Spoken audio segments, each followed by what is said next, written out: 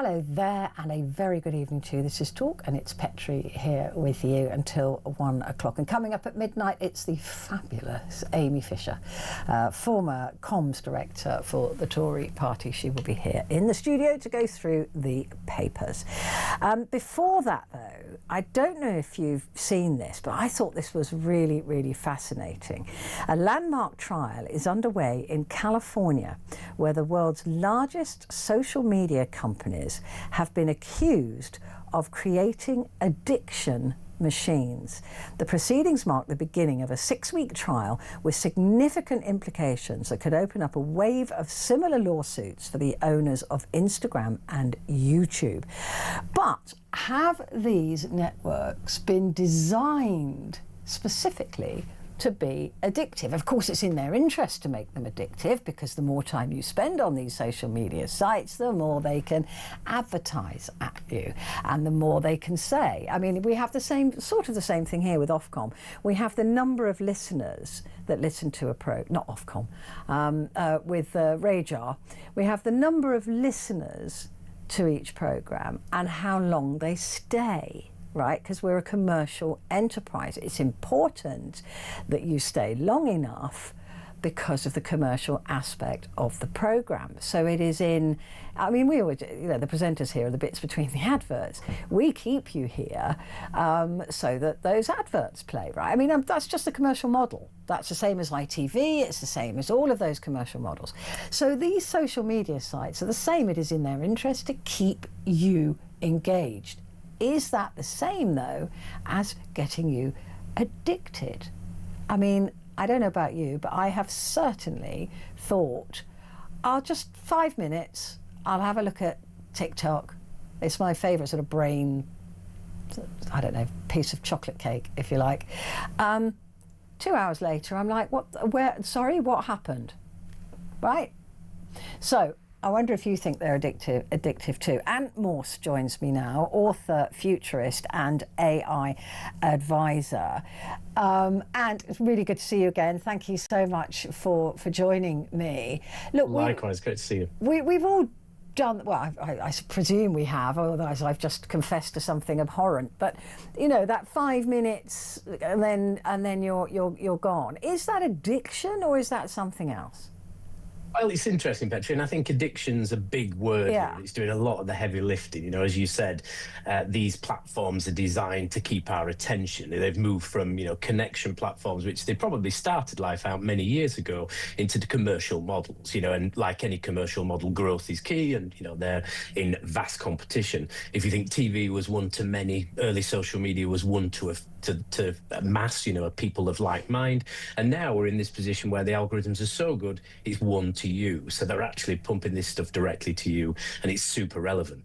Now, I think the problem there is that the platforms would argue it's super relevant. It's like watching a great TV show or starting a great box set. You end up binge watching it, and a bit like you do, you get kind of caught in this, you want to see what's coming next. Yeah. And we're naturally voyeuristic. So if you think of the content which is being provided, this might be, someone renovating a house, or someone, sharing the dramas of a love life, or challenges of a job, or redundancy, or a promotion. So we get kind of captured into this pattern of, what next? So the social media platforms would argue that.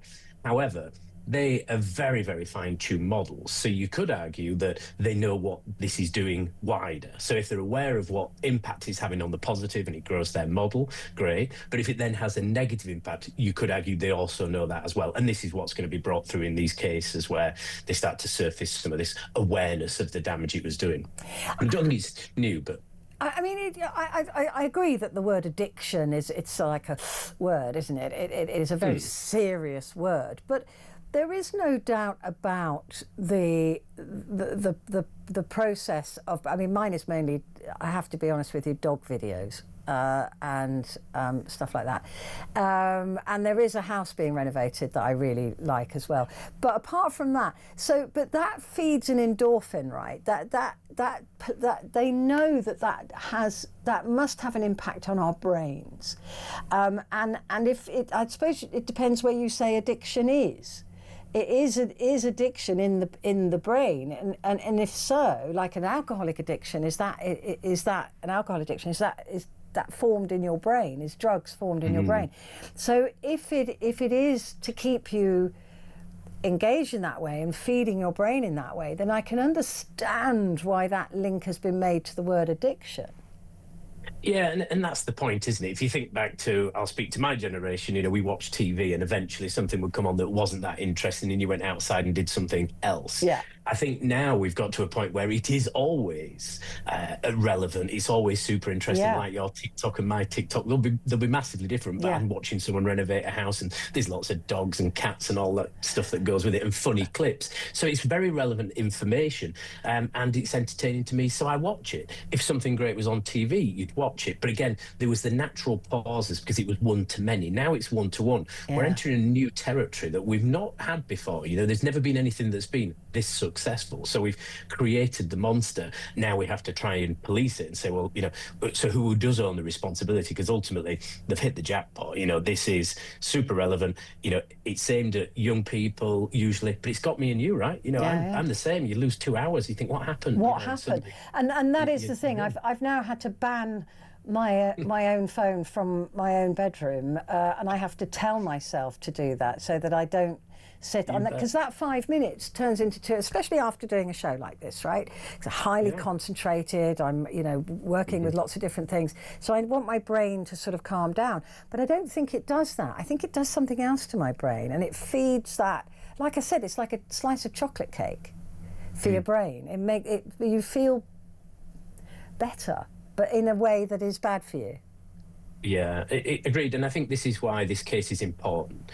I don't think we can say it's, just one of those things and it's somebody chasing, a legal claim. Right. I think it's important because this is new territory. We've not been here before. There isn't anything, as mentioned, that's been this successful. So I think it's going to bring awareness to the situation and then allow us to build governance around it. This happens a lot with technology. It goes far faster and develop far quicker because of competition and natural innovation than we can keep up as parents, as organisations, as regulators. We are always second to the show to then say, right, now how do we keep control of this? And that's I think where we are definitely with social media in its current form.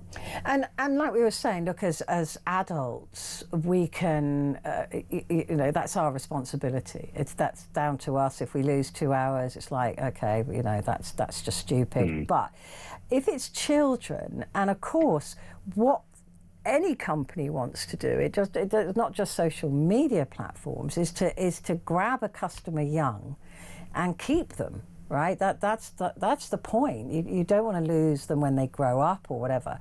And I suppose I'd be fascinated to see the science of what happens to a young person's brain that's still developing when they're sucked into this world that has been designed purely for them. I mean, even if it's escapism from a horrible family situation or a bullying situation at school, I'd be fascinated to see what impact that has on a growing brain, because I guess there won't be that much information yet. No, absolutely. And this is, a concerning point that, we are, in theory, using social media. And it's not, it was very evident in the US presidential campaigns in the past where, platforms got behind a particular candidate and said, we'll help you. So lots of the content was very much that way. Certain things that I follow as a futurist and as a researcher always come from the same companies, and you think, well, you've a vested interest in promoting this information to me. So we've got to be very careful with children. Again, this is why I think it's an important case, and many cases of this type of nature I can quickly kind of dismiss to think, it's just somebody trying to make a claim. But this one I think is important. It's one we shouldn't ignore. It's one we should watch very closely and say, well, what is the outcome? What do the platforms need to do? What's their responsibility? Because again, my view here is that as a parent, we can, try and instill screen time and say, get off your devices, go outside. But we're no match for thousands of engineers in big technology companies. So the platforms have to be accountable. They know what they're doing. They know the damage and the implications of it. Yeah. As parents, we need to get behind it. And as a regulator level, we need to think differently. Maybe we ban certain platforms. Well, I think that is being looked at now, isn't it? Fines are tricky because they just pass them on to us. Ant, great to talk to you. Thank you very much indeed. Ant Morse there, author, futurist and AI advisor. Stay where you are. Amy Fisher is next.